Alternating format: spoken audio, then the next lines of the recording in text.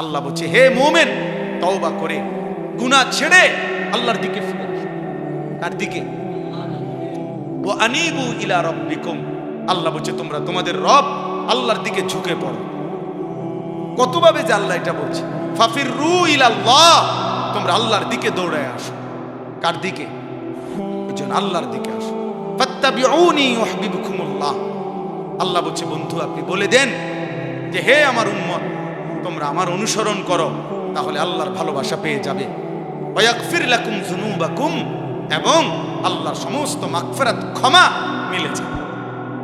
তাহলে রাসূলুল্লাহ সাল্লাল্লাহু আলাইহি সাল্লামের সুন্নাতের মধ্যে, অনুসরণের মধ্যে আল্লাহর ক্ষমা, আল্লাহর ভালোবাসা। আপনি মিসওয়াক করবেন না, তো বিনিময়ে রাসূলুল্লাহ সাল্লাল্লাহু আলাইহি সাল্লামের অনুসরণ কিভাবে হলো? বলেন না কেন? নবীজি সাল্লাল্লাহু আলাইহি সাল্লাম মিসওয়াক করতেন কিনা? বলেন না, বলেন। এটা হুজুরদের সুন্নত না নবীজির সুন্নত? তো আপনি এটা বাদ দিলেন কেন? এই পৃথিবী থেকে আল্লাহর নবী সাল্লাল্লাহু আলাইহি সাল্লাম যেদিন বিদায় নিছে, আল্লাহর কসম শুনেন, যেই কোনো আলেম রেজি গায়ে, নবীজি সাল্লাল্লাহু আলাইহি সাল্লাম যেদিন ইন্তেকাল করছে, এই শেষ দিন নবীজির শেষ আমল কি ছিল? হযরত আয়েশা নবীজির স্ত্রী বর্ণনা করছেন, আখিরি নবীর শেষ আমল ছিল মিসওয়াক। নবী সাল্লাল্লাহু আলাইহি সাল্লাম মিসওয়াক করতে করতে ইন্তেকাল করছেন। এটা আপনি করেন না কেন? আপনি দস্তরখান বিছায় খানা খান না কেন? আপনি টয়লেট পেপারে ঢিলা কুলুক ব্যবহার করবেন না কেন? বলেন। আপনি যে ব্রাশ করতে ভুল হয় না, মিসওয়াক দিয়ে ছিনে নেন। আপনি যে ডাইনিং টেবিলে বসতে ভুল হয় না, আপনি যে দস্তরখান ছিনে নেন। কি ব্যাপারটা কি? আপনি যে সাবান দিয়ে হাত ধুইতে সমস্যা হয় না, টয়লেট পেপার ব্যবহার করতে মনে থাকে না, কারণটা কি? কথা বলেন না। সাবান দিয়ে হাত ধুইতে কইছে তো টেলিভিশনের অ্যাডভার্টাইজে না, আর ঢিলা কুলুক ব্যবহার করতে বলছে তো রাসূলুল্লাহ সাল্লাল্লাহু আলাইহি সাল্লাম। ব্রাশ করতে বলছে লাইফবয় কোম্পানি না, ওষুধ কোম্পানি না মনে করেন, বা ডাক্তারে না।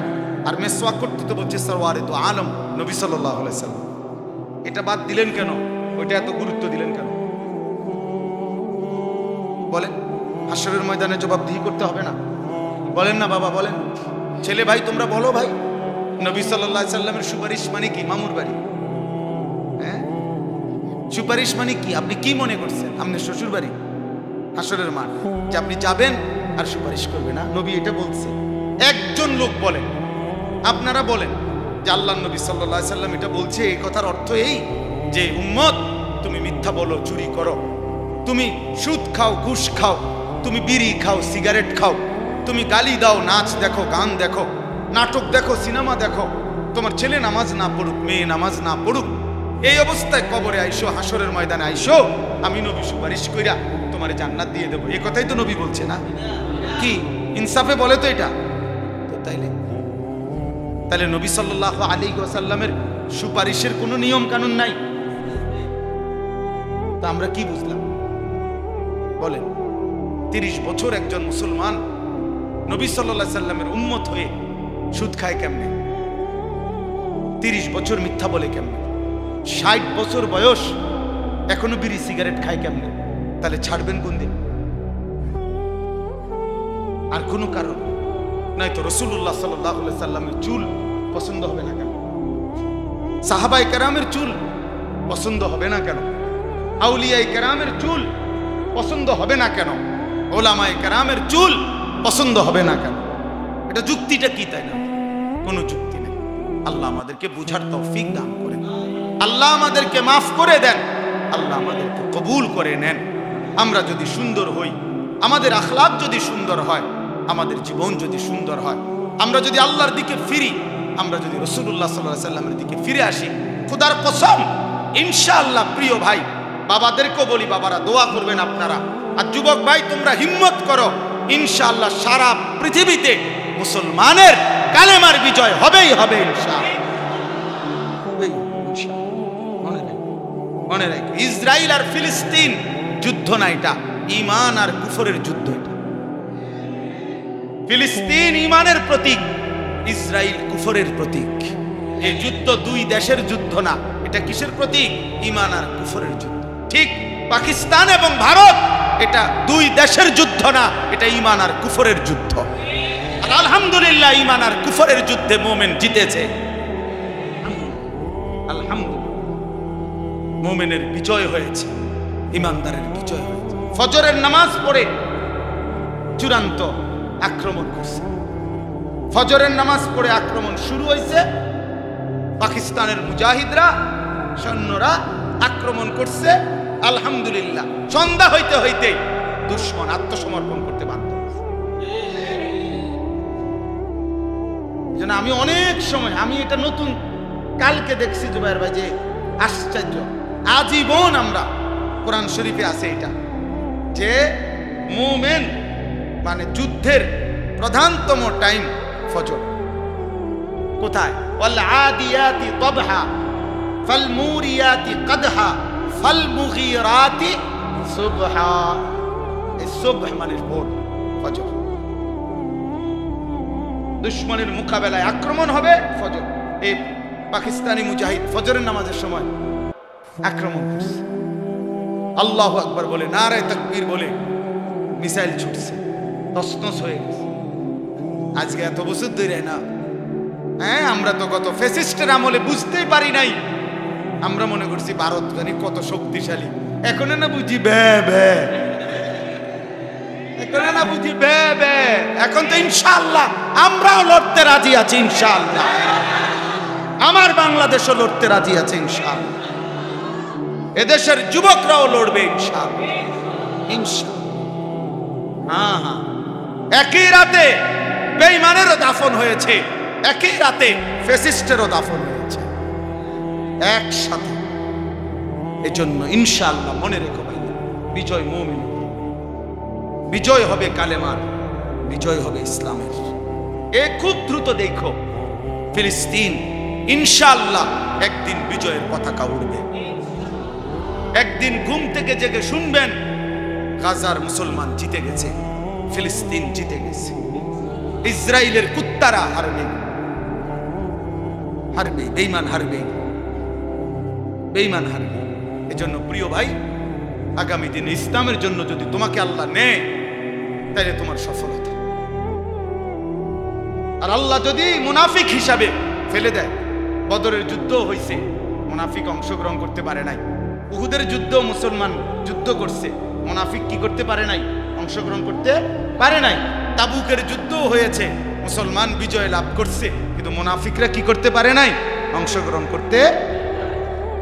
এজন্য কাপুরুষ পারবা না, সেজদাবিহীন, নামাজবিহীন, বন্দিগিবিহীন রাসূলুল্লাহ সাল্লাল্লাহু আলাইহি ওয়াসাল্লামের কাফেলায় অন্তর্ভুক্ত হবে না।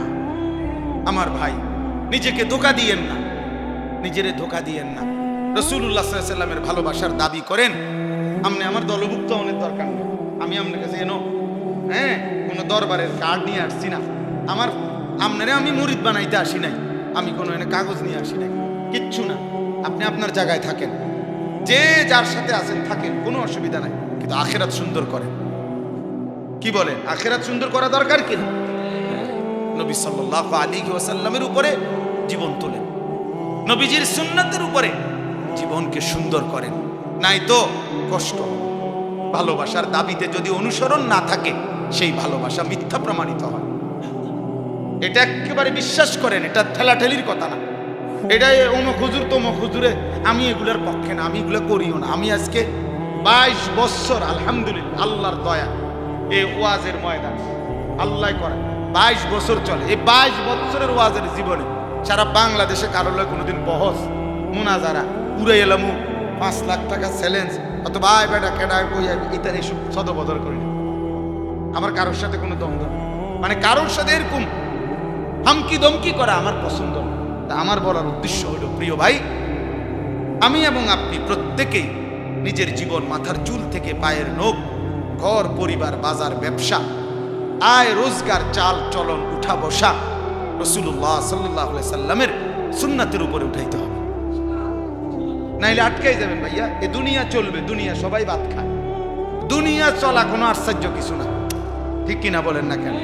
দুনিয়া ভাত মাছ চাল ডাল, দুনিয়ার মাতবরি অহংকারী, এটি তো কাফের বেঈমানও করতেছে, অমুসলিমও করতেছে। যে সেজদা দেয় সেও খায়, যে সেজদা দেয় না সেও খায়, খায় কি না বলেন, সেও খায়। তাহলে দুনিয়া চলতেছে কিনা এটা দেখার বিষয় না, দেখার বিষয় হলো আখিরাত চলবে কিনা, পরকাল চলবে কিনা সেটা দেখার বিষয়, সেটা দেখার বিষয়।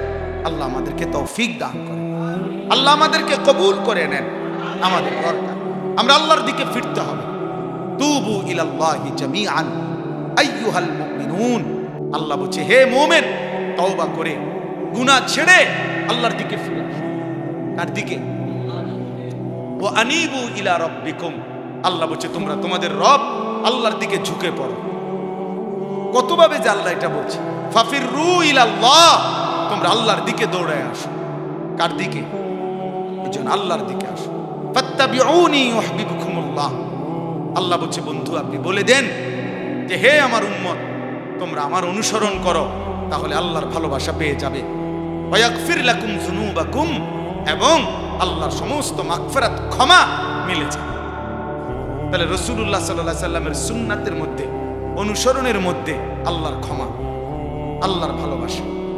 আপনি মিসওয়াক করবেন না, তো বিনিময়ে রাসূলুল্লাহ সাল্লাল্লাহু আলাইহি সাল্লামের অনুসরণ কিভাবে হলো বলেন না কেন? নবীজি সাল্লাল্লাহু আলাইহি সাল্লাম মিসওয়াক করতেন কিনা বলেন না, বলেন। এটা এটা হুজুরদের সুন্নত না নবীজির সুন্নত? তো আপনি এটা বাদ দিলেন কেন? এই পৃথিবী থেকে আল্লাহর নবী সাল্লাল্লাহু আলাইহি সাল্লাম যেদিন বিদায় নিছে, আল্লাহর কসম শুনেন যেই কোনো আলেম রেজি গায়, নবীজি সাল্লাল্লাহু আলাইহি সাল্লাম যেদিন ইন্তেকাল করছে শেষ দিন নবীজির শেষ আমল কি ছিল? হযরত আয়েশা নবীজির স্ত্রী বর্ণনা করছেন আখিরি নবীর শেষ আমল ছিল মিসওয়াক। নবী সাল্লাল্লাহু আলাইহি সাল্লাম মিসওয়াক করতে করতে ইন্তেকাল করছেন। এটা আপনি করেন না কেন? আপনি দস্তরখান বিছায় খানা খান না কা? আপনি টয়লেট পেপারে ঢিলা কুলুক ব্যবহার করবেন না কেন বলেন? আপনি যে ব্রাশ করতে ভুল হয় না, মিসওয়াক দিয়ে ছিনে নেন। আপনি যে ডাইনিং টেবিলে বসতে ভুল হয় না, আপনি যে দস্তরখান ছিনে নেন। কি ব্যাপারটা কি? আপনি যে সাবান দিয়ে হাত ধুইতে সমস্যা হয় না, টয়লেট পেপার ব্যবহার করতে মনে থাকে না, কারণটা কি? কথা বলেন না। সাবান দিয়ে হাত ধুইতে কইছে তো টেলিভিশনের অ্যাডভার্টাইজে না, আর ঢিলা কুলুক ব্যবহার করতে বলছে তো রাসূলুল্লাহ সাল্লাল্লাহু আলাইহি সাল্লাম। ব্রাশ করতে বলছে লাইফবয় কোম্পানি না, ওষুধ কোম্পানি না মনে করেন, বা ডাক্তারে না। আর মিসওয়াক করতে তো বলছে সরওয়ারে তো আলম নবী সাল্লাল্লাহু আলাইহি সাল্লাম। এটা বাদ দিলেন কেন? ওইটা এত গুরুত্ব দিলেন কেন বলেন? হাসরের ময়দানে জবাবদিহি করতে হবে না? বলেন না বাবা, বলেন। ছেলে ভাই তোমরা বলো ভাই, নবী সাল্লাল্লাহু আলাইহি সাল্লামের সুপারিশ মানে কি? মামুর বাড়ি? হ্যাঁ, সুপারিশ মানে কি? আপনি কি মনে করছেন আপনার শ্বশুর বাড়ি হাসরের মাঠ যে আপনি যাবেন আর সুপারিশ করবে না? নবী এটা বলছে। একজন লোক বলে, আপনারা বলেন যে আল্লাহর নবী সাল্লাল্লাহু আলাইহি সাল্লাম এটা বলছে, এই কথার অর্থ এই যে উম্মত তুমি মিথ্যা বলো, চুরি করো, তুমি সুদ খাও, ঘুষ খাও, তুমি বিড়ি খাও, সিগারেট খাও, তুমি গালি দাও, নাচ দেখো, গান দেখো, নাটক দেখো, সিনেমা দেখো, তোমার ছেলে নামাজ না পড়ুক, মেয়ে নামাজ না পড়ুক, এই অবস্থায় কবরে আইসো, হাসরের ময়দানে আইসো, আমি নবী সুপারিশ কইরা তোমারে জান্নাত দিয়ে দেবো। এই কথাই তো নবী বলছে না? কি ইনসাফে বলে তো এটা?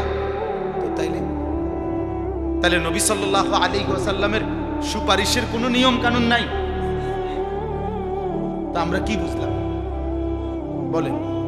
30 বছর একজন মুসলমান নবী সাল্লাল্লাহু আলাইহি সাল্লামের উম্মত হয়ে সুদ খায় কেমনে? 30 বছর মিথ্যা বলে কেমনে? 60 বছর বয়স এখনো বিড়ি সিগারেট খায় কেমনে? তাহলে ছাড়বেন কোন দিন?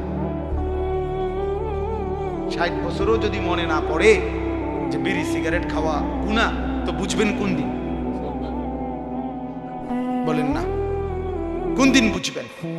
60 বছর বয়সেও কথা বললে গালি দেন, তো কোন দিন মনে পড়বে আখিরাত? 60 বছর বয়সেও চা দোকানে বসে টেলিভিশনে নাচ গান নর্তকীর ছবি দেখেন, তো কোন দিন মনে পড়বে এটা গুনাহ? এখনো সময় হয় নাই? কথা বলেন না, এখনো সময় হয় নাই? কয় বছর বাঁচবে? 600 বছর? তো তাই বলেন না চাচা, কি অর্থ থাকতে পারে আমাদের?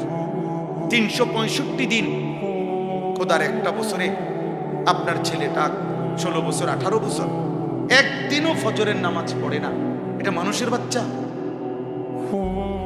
এটা মুসলমানের বাচ্চা? মুসলমানের বাচ্চা এত নিকৃষ্ট হবে?